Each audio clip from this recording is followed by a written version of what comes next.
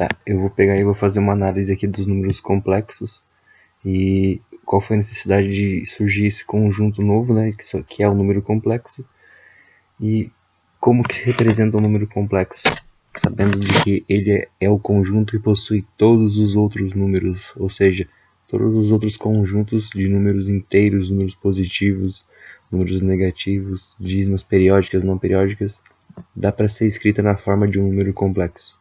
Ou um número complexo tem que ser escrito naquela fórmula, naquela forma. Então o conjunto dos números complexos, ele é o rei de todos os conjuntos, ele é o conjunto que possui todos os outros números. E por incrível que pareça, a matemática fica fechada quando a gente trata ela dessa forma. Bom, mas afinal, o que é um número? Para explicar isso e para chegar no conjunto dos números complexos, eu vou inventar uma historinha aqui. Lá no passado, então surgiu a necessidade da gente se contar as coisas que a gente possuía. Peguei aqui um pastor de ovelhas como exemplo, que ele tinha a necessidade de se contar essa ovelha. Então o que ele fazia? Ele pegava e colocava uma referência, alguma coisa para se comparar. Colocava uma pedrinha dentro de um saco ou fazia um risco na madeira. Então eu conseguia comparar de que uma pedra era equivalente a uma ovelha e um risquinho era equivalente a alguma coisa que o cara tinha. E essa ideia surgiu então o conjunto dos números naturais, o número das coisas que estão ali mesmo, que eu consigo pegar, consigo tocar, consigo passar daqui para lá. Só que aí surgiu o primeiro problema. Se eu tenho um negócio que eu consigo passar para alguém e eu acabo emprestando ele para alguém, nesse caso aqui se eu empresto 2 ovelhas para outro pastor e o cara no outro dia ele vem e me devolve apenas uma, o que vai acontecer? Esse cara vai ficar me devendo uma ovelha. E agora? Aí pra resolver essa situação eu falo assim, cara, você tá me devendo uma ovelha. Só que essa ovelha não existe, cara, essa ovelha tá perdida. Não tem como pegar ela, representar ela numa coisa material.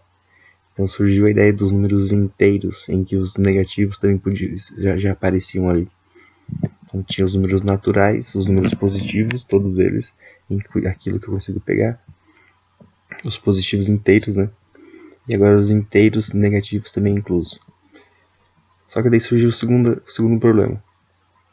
Eu tinha uma ovelha e falava pro cara assim, tá beleza, vamos pegar essa ovelha e vamos dividir ela pra mim e pra você. Cara, mas não era possível dividir uma ovelha porque não tinha um número pra se contar isso.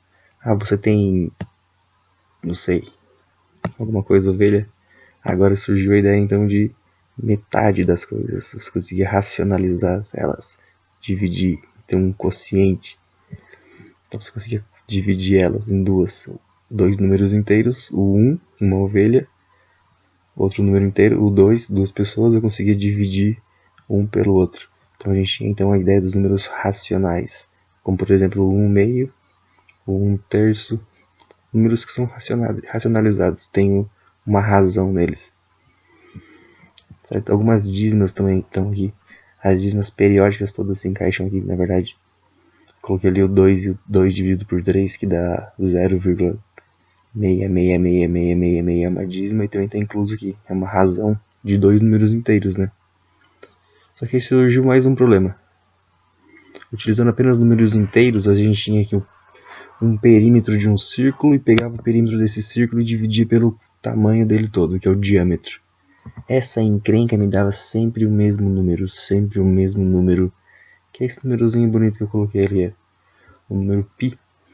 E esse número π não era representado por uma divisão inteira, porque o p e o d já eram números racionais. Então surgiu então a ideia dos números irracionais, aqueles que eu não consegui chegar a partir de um número racional. E tendo então a junção de todos esses conjuntos dos números inteiros, dos números negativos, dos positivos, dos números racionais, a gente consegue preencher então o que a gente chama de linha dos reais, o universo dos números reais. Aquele que a gente representa o x, o y, a gente faz a contagem de 1 mais 1, 2, começa a contar os meios, os inteiros.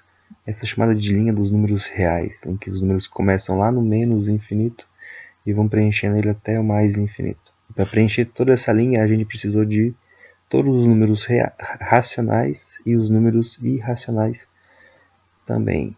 Dentro dos reais a gente tem os inteiros, a gente tem os naturais, a gente faz a linha inteira do menos infinito até o mais infinito. Só que surgiu uma encrenca. Quando eu ia resolver algumas equações, saía essa raiz de -1 e ninguém conseguia resolver ela. Que número vezes ele mesmo dá -1?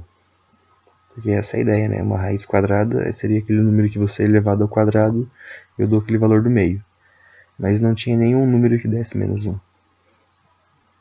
Porque tudo que você eleva ao quadrado, você tira o sinal, né? Se você eleva ao quadrado um número positivo, o positivo com positivo dá sempre o positivo. E o negativo, você eleva ao quadrado, também dá positivo, né? Menos com menos dá mais.